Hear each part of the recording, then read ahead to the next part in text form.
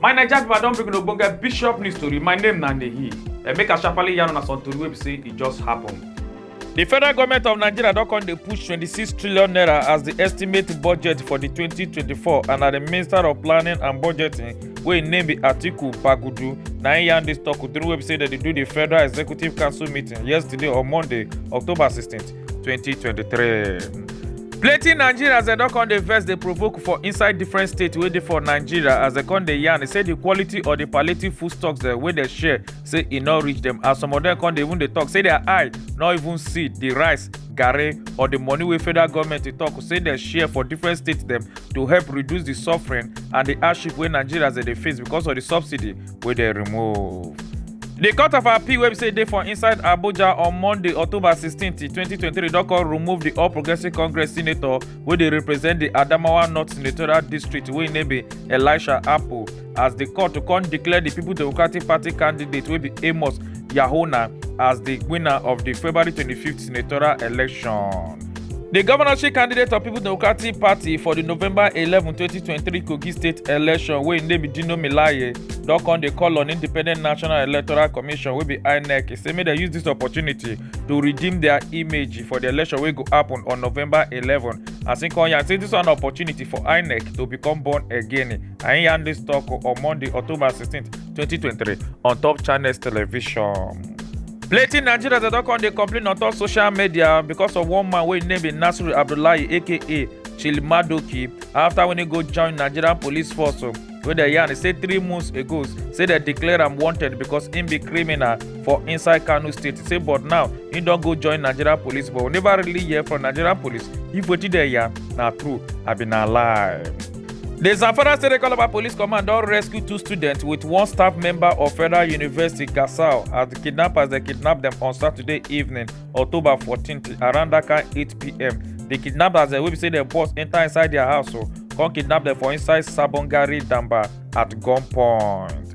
Some Milan armed robbers don attack one man come carry im car during wey be say the man enter inside im car and he wan drive take comot for inside Port Harcourt and na CCTV camera na im capture this video wey happen.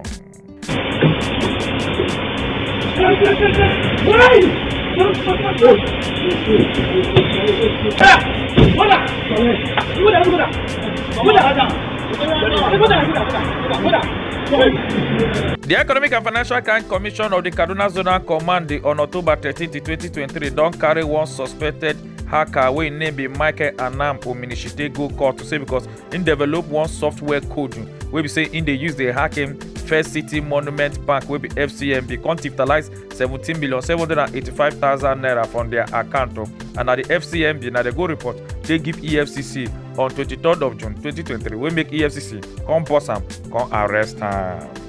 Family and friends dem don come dey cry in pain after wey 40-feet container fall on top of the car of one Abia State businessman as he come press the man take kpai for inside im car. This accident happen because of bad road during wey be say the man dey drive dey go Port Harcourt Airport when he wan travel.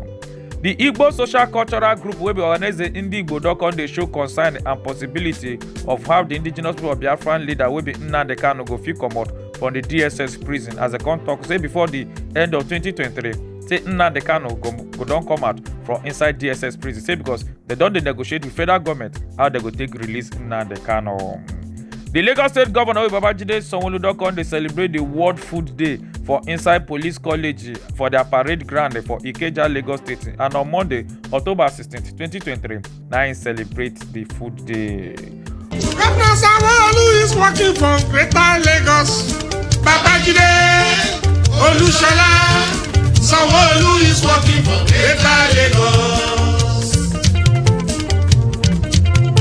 Ogbonge accident don come happen today, October 17, 2023 for inside Lagos State as one BRT bus with corn oil tanker come go jam theirself for that Valley Estate, Ilezik, Lagos Abeokuta Expressway, but nobody put by on top this accident.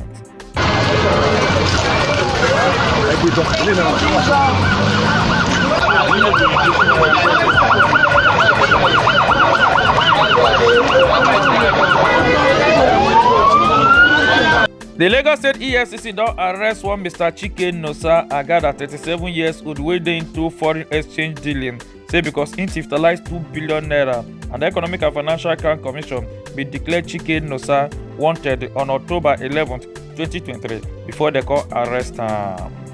The ogbonge music executive boss wey im name be Dayo Adeneye don come out to come dey yarn o, say plenty Nigerian ladies dem say dem no get anything to offer or to bring on top the table during their relationship. So only thing wey dem like to dey show na their nyash and na their bobi. As im come talk o, say dis kind women dem say dem no get brain to support their man at all. Say only thing wey dem just know na to dey knack kpekus dey go.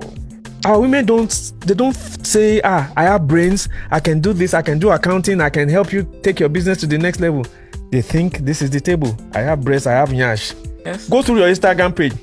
Before you see 10 pictures, you will see somebody doing like this.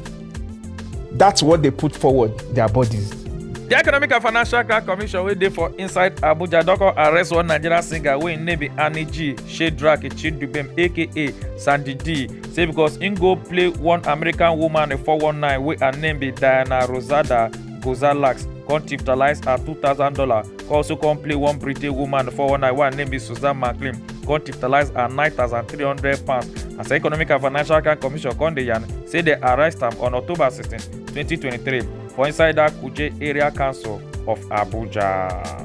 One taxi driver don come dey yarn on top this video today on Tuesday, October 17th, 2023. As im come talk, say im carry 2 clients for inside im motor for landmark dey go Lekki Phase 1. Na so police come stop im motor, come search dem finish, and dem no see anything. Na so dem come arrest the 2 passengers wey be say e carry, say dem wan carry dem dey go police station. Wey make am come talk say im go must drive follow the police dem to know the police station wey dem wan carry the boys dem go before im go comot. Na so im come call out the plate number of the motor, wey make the Ekoloba police talk person wey name be Benjamin Hunde come talk, say they go make sure say they go handle this case and also to prosecute all these Ekoloba police. Na so plenty Nigerians they want on social media come dey hate the taxi driver for the good work wey im do. Some police officers stopped us and they were conducting stop and search. Okay, we waited, they searched these 2 guys, including myself as the driver. Nothing implicating was found. They are going to take them to the station. This Toyota Sienna plate number is LND 843GY. Yes, na Bishop News O'Clock. My name na Nehi. Make una enjoy your day.